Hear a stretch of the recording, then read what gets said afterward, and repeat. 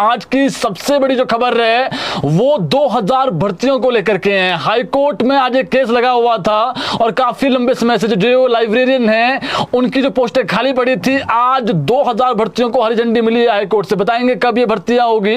प्रदेश में code of conduct लगा हुआ है, पूरी खबर आपको विस्तार में बताएंगे। इसके अलावा जेपी नड्डा आज हिमाचल दौरे पर हैं और वहां आज यहां पहुंचने पर उन्होंने कई जनसभाएं की है और जनसभाओं में जो है वो कांग्रेस पर जमकर जुबानी हमला बोला है। आपको बताएंगे कर्मचारियों के लिए हेलीकॉप्टर दिया जाएगा और ये कौन से कर्मचारी होंगे वो आपको बताएंगे। प्रदेश में 7 जिलों में अब देखिए मौसम अब प्रदेश में गर्म हो गया है, इतना गर्म कि आज जो है वो तापमान 40 डिग्री सेल्सियस से ऊपर था। बताएंगे आपको संक्षेप में खबरें और भी महत्वपूर्ण खबरें हैं। चलिए शुरुआत करते हैं बड़ी खबर के साथ। जो सबसे बड़ी खबर है आज की वो 2000 पदों पर भर्तियों को लेकर के हैं और काफी लंबे समय से जो है वो मांग भी चल रही थी। आचार संहिता खत्म होते ही प्रदेश में 2000 पदों पर भर्तियां होगी और कोड ऑफ कंडक्ट खत्म होते ही प्रदेश के जो स्कूल है इसमें जेओए लाइब्रेरियन के जो पद खाली चल रहे हैं 2000 पद, इनको भरने की जो प्रक्रिया है वो शुरू कर दी जाएगी। सरकार की ओर से हाईकोर्ट को ये जानकारी देते हुए बताया गया कि इन पदों के लिए भर्ती एवं पदोन्नति जो नियम है वो 6 दिसंबर 2023 को बना लिए गए थे। इससे पहले हाईकोर्ट ने सरकारी स्कूलों में जूनियर ऑफिस असिस्टेंट लाइब्रेरियन के नाम से भरे जाने वाले पदों के लिए भर्ती एवं पदोन्नति नियमों को अंतिम रूप देने के आदेश दिए थे। पहले जिन पदों को असिस्टेंट लाइब्रेरियन के नाम से जाना जाता था उनके स्थान पर नए कैडर के जेओए लाइब्रेरियन के करीब 2000 पद शिक्षा विभाग में खाली पड़े हैं। न्यू कैडर के इन पदों के लिए भर्ती नियम नए सिरे से बना दिए गए हैं। लोकसभा आम चुनाव और विधानसभा उपचुनाव को लेकर जारी मॉडल ऑफ कंडक्ट के कारण इन जो रिक्तियों को जो है वो भरने की जो प्रक्रिया वो शुरू नहीं की जा रही है और मुख्य न्यायाधीश एमएस रामचंद्र राव और न्यायाधीश ज्योत्सना रिवाल दुआ की खंडपीठ ने सरकार के इस वक्तव्य के पश्चात तत्तापानी निवासी प्रताप सिंह ठाकुर की ओर से मुख्य न्यायाधीश के नाम लिखे पत्र से जुड़े मामले का निपटारा कर दिया है और पत्र के माध्यम से आरोप लगाया गया था कि सरकारी स्कूलों में जूनियर ऑफिस असिस्टेंट लाइब्रेरियन के जो 2000 से ज्यादा पद खाली पड़े हैं, सरकारी स्कूलों में इन पदों के खाली रहते बच्चे निजी स्कूलों की तरफ रुख कर रहे हैं। यह भी आरोप लगाया गया था कि गरीब लोग निजी स्कूलों की फीस नहीं दे पाते हैं और सरकारी स्कूलों में पुस्तकालय न होने की वजह से बच्चे प्रतियोगी जो परीक्षाएं हैं उसमें फेल हो जाते हैं और पत्र के माध्यम से गुहार लगाई गई थी कि राज्य सरकार को सरकारी स्कूलों में जूनियर ऑफिस असिस्टेंट लाइब्रेरियन के पद को भरने के आदेश जो है वो दे दिए जाए। तो ये एक हाईकोर्ट की बड़ी खबर है और ये खबर इसलिए भी महत्वपूर्ण है क्योंकि जो इसमें एक याचिका करता है, हमने आपको कोर्ट के लैंग्वेज में खबर बताई, इसमें नीचे ऊपर नहीं कर सकते हैं आप खबर में। अगर आप इसको सरल भाषा में खबर को समझें तो जेओए जो लाइब्रेरियन के पद हैं वो बहुत जल्दी भरे जाएंगे। आज जो है वो सरकार की तरफ से जो बयान आया है हाईकोर्ट में, हालांकि कोड ऑफ कंडक्ट लगा हुआ है, इसके चलते ये भर्तियां अभी नहीं होगी। जब कोड ऑफ कंडक्ट खत्म हो जाएगा, हाईकोर्ट ने आदेश दे दिए हैं और सरकार ने भी कह दिया कि हम इसको शुरू कर देंगे। और इसमें जो याचिकाकर्ता था उन्होंने कहा कि जो बच्चे हैं वो सरकारी स्कूलों से प्राइवेट स्कूलों की ओर जा रहे हैं, जो प्रतियोगी परीक्षाएं होती है बच्चे उसमें जो है लाइब्रेरी में पढ़कर पढ़ाई करते हैं, तो ऐसे में ये पद होना चाहिए। तो 2000 पद खाली पड़े हुए हैं और अच्छी खबर है आज जेओए लाइब्रेरी वालों के लिए और काफी लंबे समय से ये मांग भी कर रहे थे, तो हाईकोर्ट ने इनको रात भरी खबर दी है आज। इसके अलावा बात करें दूसरी बड़ी खबर को लेकर के, स्मार्ट वर्दी को लेकर शिक्षा विभाग ने रिपोर्ट मांग ली है। प्रदेश के कितने स्कूलों ने जो वर्दी का नया पैटर्न है वो शुरू किया है, अब इसका आकलन होगा और जो स्कूल प्रिंसिपल हैं ये रिपोर्ट भेजेंगे।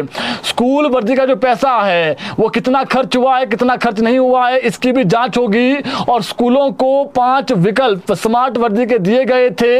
अभी बच्चे, अधिकतर जो बच्चे हैं वो पुरानी ड्रेस में ही जो है वो नजर आ रहे हैं स्कूलों में। छात्र 10-20% स्कूल ऐसे हैं जहां पर बच्चे जो है वो नई ड्रेस में नजर आ रहे हैं और बहुत कम स्कूलों में पैटर्न जो है वो शुरू किया गया है। ऐसे में सख्त आदेश दिए गए हैं कि आप भेज दीजिए कौन सी वर्दी आपने ली, कितना पैसा खर्च किया है प्रिंसिपलों को।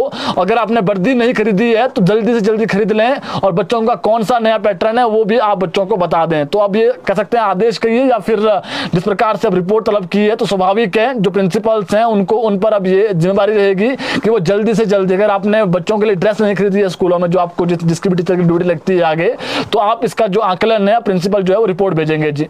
तो बच्चों को जल्दी से जल्दी जो नई ड्रेस है वो मिल जाएगी अब जो गवर्नमेंट स्कूल है। इसके अलावा एक और बहुत महत्वपूर्ण खबर है, शिक्षण संस्थानों में उपकरणों की अब जेम पोर्टल पर खरीद होगी। ये बहुत महत्वपूर्ण खबर है, चाहे वो कॉलेज हो, स्कूल हो।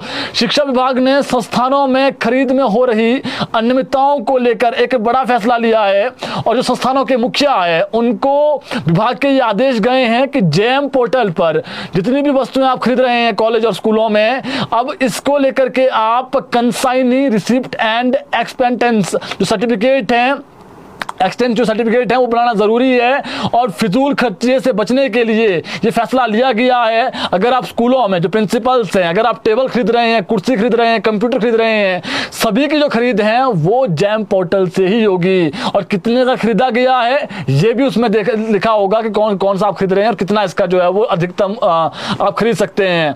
तो ये बहुत महत्वपूर्ण है और जो अनियमितताएं हैं वो इससे दूर हो जाएगी, चाहे वो स्कूलों के प्रिंसिपल्स हो या फिर कॉलेजों के प्रिंसिपल्स। अब जहां पर खरीद ऐसे होती है कई बार कम का आता है और अधिक पैसे से खरीद लेते हैं, तो अब इन पर जो है वो शिकंजा लगेगा जी। तो ये महत्वपूर्ण खबर थी, हमने बता दी है आपको। इसके अलावा बात करें कांग्रेस पर, भाजपा के जो राष्ट्रीय अध्यक्ष जेपी नड्डा है उन्होंने आज कई जुबानी हमले बोले हैं। प्रदेश में चुनावी माहौल है, लोकसभा के चुनाव के साथ के समर्थन में जनसभा को संबोधित करते हुए कहा और कांग्रेस पर काफी जो है तीखा हमला बोला। जेपी नड्डा ने कहा 10 साल पहले देश में मजबूर सरकार थी, मजबूर सरकार में आतंकवादी हमले करते थे, ये आरोप लगाए उन्होंने। और प्रधानमंत्री पाकिस्तान को डोजियर भेजते थे और कहते थे कि इन एक्शन करो। वहीं मोदी के नेतृत्व वाली मजबूर सरकार ने सर्जिकल स्ट्राइक करके घर में घुसकर आतंकवादियों को मारा है, दावा किया उन्होंने। और कश्मीर से धारा 370 को जो है वो धराशायी किया है। उन्होंने ये भी कहा है कि मजबूर सरकार कश्मीर से आतंकवादियों के नेताओं को वार्ता के लिए बुलाती थी और बिरयानी खिलाती थी। इससे पहले ये जो है वो आरोप लगाए हैं काफी उन्होंने आज। इससे पहले जेपी नड्डा ने फतेहपुर विधानसभा क्षेत्र के रहन में भी आज कई जुबानी हमले बोले कांग्रेस पर। उन्होंने कहा कि आपदा के समय हिमाचल को मोदी सरकार ने 1782 करोड़ रुपए दिए हैं और यहाँ की सरकार ने उस राशि की जो आवंटन होनी थी उसमें बंदर बांट की, उन्होंने आरोप लगाया है। और जेपी नड्डा ने कहा कि केंद्र ने 2700 किलोमीटर ग्रामीण सड़कों के लिए बजट जारी किया और इतना ही नहीं, जो सड़कें हैं, जो एनएच वाली सड़कें हैं उसके लिए अलग से बजट दिया गया और कुछ जो ग्रामीण सड़कें उसके लिए अलग से बजट दिया गया, लेकिन उसका सही उपयोग नहीं किया गया। और केंद्र ने 11,000 घरों को जो है प्रधानमंत्री आवास योजना में पैसा दिया। उन्होंने कहा कि जल्द जो बिजली का बिल है वो फ्री होने वाला है, इसके लिए घर घर सौर ऊर्जा जो प्लांट हैं वो लगाए जाएंगे। ये जो है उन्होंने अपना एक केंद्र सरकार का एक जो है वो लक्ष्य बताया। तो उन्होंने कई जुबानी हमले बोले हैं। जिस प्रकार से कांग्रेस दावा करती है कि प्रदेश में जो है वो केंद्र सरकार ने पैसा नहीं दिया, तो उन्होंने ये कहा है कि 1782 करोड़ एक दिया, घर अलग दिए, तो काफी जुबानी हमले बोले। अभी फिलहाल अभी की बात करें तो अभी जो है वो 5-12:30 बजे के आसपास कुनिहार में जो एक जनसभा है उसको संबोधित किया, वहां पर भी कांग्रेस पर कई जुबानी हमले बोले हैं। इसके अलावा एक और खबर है, हाईकोर्ट की खबर है, महिला आत्महत्या मामले में कर्मचारी बरी, ये महत्वपूर्ण खबर है। प्रदेश सरकार ने रिपन अस्पताल शिमला में कोरोना संक्रमित महिला द्वारा आत्महत्या करने से जुड़े मामले में तत्कालीन जो एमएस हैं और जो अन्य स्टाफ कर्मी हैं उनकी विभागीय जो कार्यवाही है उसको कह सकते हैं आप उसने जो है बरी कर दिया है। इस मामले में सरकार द्वारा हाईकोर्ट में स्टेटस रिपोर्ट जो है पेश की गई, जिसके बाद मुख्य न्यायाधीश एमएस रामचंद्र राव और न्यायाधीश ज्योत्सना रिवाल दुआ की खंडपीठ ने जनहित याचिका को बंद करने के आदेश पारित किए। कोर्ट ने स्टेटस रिपोर्ट का अवलोकन करने के पश्चात पीड़ित पक्ष को छूट दी कि यदि वे इस जांच रिपोर्ट से संतुष्ट न हो तो उक्त डॉक्टरों के अथवा स्टाफ कर्मियों के खिलाफ उपयुक्त कार्रवाई में उन्हें प्रतिवादी बनाते हुए इसे चुनौती दे सकते हैं। मामले पर पिछली सुनवाई के पश्चात कोर्ट ने सरकार से डीडीयू में तैनात तत्कालीन कर्मचारी चिकित्सा अधीक्षक डॉक्टर लोकेंद्र शर्मा, डॉक्टर साक्षी शर्मा और स्टाफ नर्स सुनीता देवी के खिलाफ चली विभागीय कार्रवाई की रिपोर्ट सौंपने के आदेश दिए थे। और गौरतलब है कि 18 दिसंबर को चौपाल के चाड़क गांव की महिला कोरोना पॉजिटिव पाई गई थी और बीपी की पेशेंट होने के कारण महिला को डीडीयू अस्पताल रेफर किया गया और इस महिला को रिपन अस्पताल की 4थी मंजिल में आइसोलेट कर दिया गया। चौपाल की रहने वाली 54 वर्षीय कोरोना संक्रमित महिला थी उसने 22 सितंबर 2020 को आत्महत्या कर ली थी और इसके बाद कोर्ट ने इस घटना पर स्वतः संज्ञान लिया था, जिसके बाद ये जो है वो आरोपी उसमें थे और आज इनको बरी कर दिया गया है। हालांकि कोर्ट ने यह भी कहा है कि अगर इस जो जांच जो स्टेटस रिपोर्ट दी गई है सरकार की तरफ से, अगर आप इससे संतुष्ट नहीं है, आप इसको चुनौती दे सकते हैं। तो जो MS थे उस वक्त के तत्कालीन 22 सितंबर 2020 को आत्महत्या की थी महिला ने। आपको याद होगा शिमला में एक महिला ने आत्महत्या कर दी थी, जहां पर वो आइसोलेट थी कोविड वार्ड में, वहीं पर उसने फंदे से जो है लटक कर अपनी आत्महत्या कर दी थी। इसी मामले को लेकर के आज जो है वो हाईकोर्ट से फैसला आया है। इसके अलावा बात करें CM सुक्खू की, तो CM सुक्खू ने आज अनुराग पर कई जुबानी हमले बोले हैं और सवाल भी किया अनुराग से इन्होंने। CM सुक्खू बोले हमीरपुर रेलवे लाइन के लिए बजट क्यों स्वीकृत नहीं करवा पाए अनुराग ठाकुर। मुख्यमंत्री सुखविंदर सिंह सुक्खू ने नादौन में आज पत्रकारों के सवालों का जवाब देते हुए कहा कि केंद्रीय मंत्री अनुराग ठाकुर के बयान पर उन्होंने पलटवार किया। केंद्रीय मंत्री अनुराग ठाकुर ने बयान दिया था कि प्रदेश सरकार ने अपना शेयर जमा नहीं करवाया, जिस वजह से रेल लाइन हमीरपुर नहीं पहुंच पाई। मुख्यमंत्री सुक्खू ने कहा कि कांग्रेस सरकार ने रेलवे लाइन के लिए बजट देने की कोई जो बात है वो नहीं कही थी और पिछले 10 साल से अनुराग ठाकुर ही ये कहते जो है ये कह रहे हैं, लेकिन रेलवे जो लाइन है इसकी जो योजना है उसकी स्वीकृति वो नहीं दिलवा पाए केंद्र सरकार से। उन्होंने घोषणा भी खुद ही की, लेकिन अब दोष कांग्रेस के मत्थे पर डाल रहे हैं। इससे तो ये समझ आता है कि उल्टा चोर कोतवाल को डांटे हैं। उन्होंने कहा कि भाजपा चुनाव में हमेशा ध्यान भटकाने का कार्य करती आई है और भाजपा को जवाब देना चाहिए कि आखिर क्यों अग्निवीर भर्ती योजना शुरू की गई इनकी तरफ से और हिमाचल के युवा सेना में जो जाने का सपना देखते हैं, भाजपा ने इस नई भर्ती योजना को शुरू कर जो है वो युवाओं से धोखा किया है और भाजपा को इसका जो जवाब है वो देना चाहिए। कांग्रेस ने मेडिकल कॉलेज हमीरपुर में लाया है और कैंसर अस्पताल हमीरपुर के लिए जो है वो स्वीकृत किया है। इतना ही नहीं, जब आपदा आई, आपदा के दौरान भी जो है वो केंद्र सरकार से कोई सहयोग नहीं मिला, चाहे वो सांसद हो या फिर जो यहाँ पर भाजपा के विधायक थे वो इस मुद्दे पर जो है वो पीछे आनाकानी करते नजर आए। उन्होंने किसी बात का जो समर्थन है वो नहीं किया, ये जो है उन्होंने आरोप लगाए। इसके अलावा बात करें जयराम ठाकुर की, जयराम ठाकुर भी आज जो है वो प्रचार करते नजर आए कंगना रनौत के लिए, लगातार जो है प्रचार कर रहे हैं और इन्होंने आज कांग्रेस पर कई जुबानी हमले बोले हैं। नेता प्रतिपक्ष एवं पूर्व मुख्यमंत्री जयराम ठाकुर ने आज कंगना रनौत के लिए नाचन के जयदेवी में प्रचार किया। इस दौरान उन्होंने सरकार पर कई जुबानी हमले बोले। जयराम बोले 1.5 साल सत्ता में होने के बावजूद कांग्रेस मुद्दों पर चुनाव नहीं लड़ रही है। कांग्रेस बताएं कि उनकी 10 गारंटी का क्या हुआ, हर महीने कर्ज लेने का जो रिकॉर्ड है वो सुक्खू सरकार बना रही है, आरोप लगाया उन्होंने। और कांग्रेस पूर्ण तरीके से एक गारंटी भी पूरी नहीं कर पाई है। जनता अब चुनाव में इनको सबक सिखाएगी और उन्होंने दावा किया कि PM मोदी तीसरी बार देश का प्रतिनिधित्व करेंगे और हिमाचल की जो जनता है वो लोकसभा की 4 और उपचुनाव की जो सीटें हैं 6 सीटें वो भाजपा की झोली में डालेगी, दावा किया है आज जयराम ठाकुर ने। तो जयराम ठाकुर ने ये कहा है कि मुद्दों पर जो है कांग्रेस बात नहीं कर रही है, ये उन्होंने आरोप लगाया है और 10 गारंटी कहां गई है ये उन्होंने मुद्दा उठाया है। कांगड़ा के बड़ा भंगाल में चुनाव को लेकर हेलीकॉप्टर का आज ट्रायल सफल हुआ है।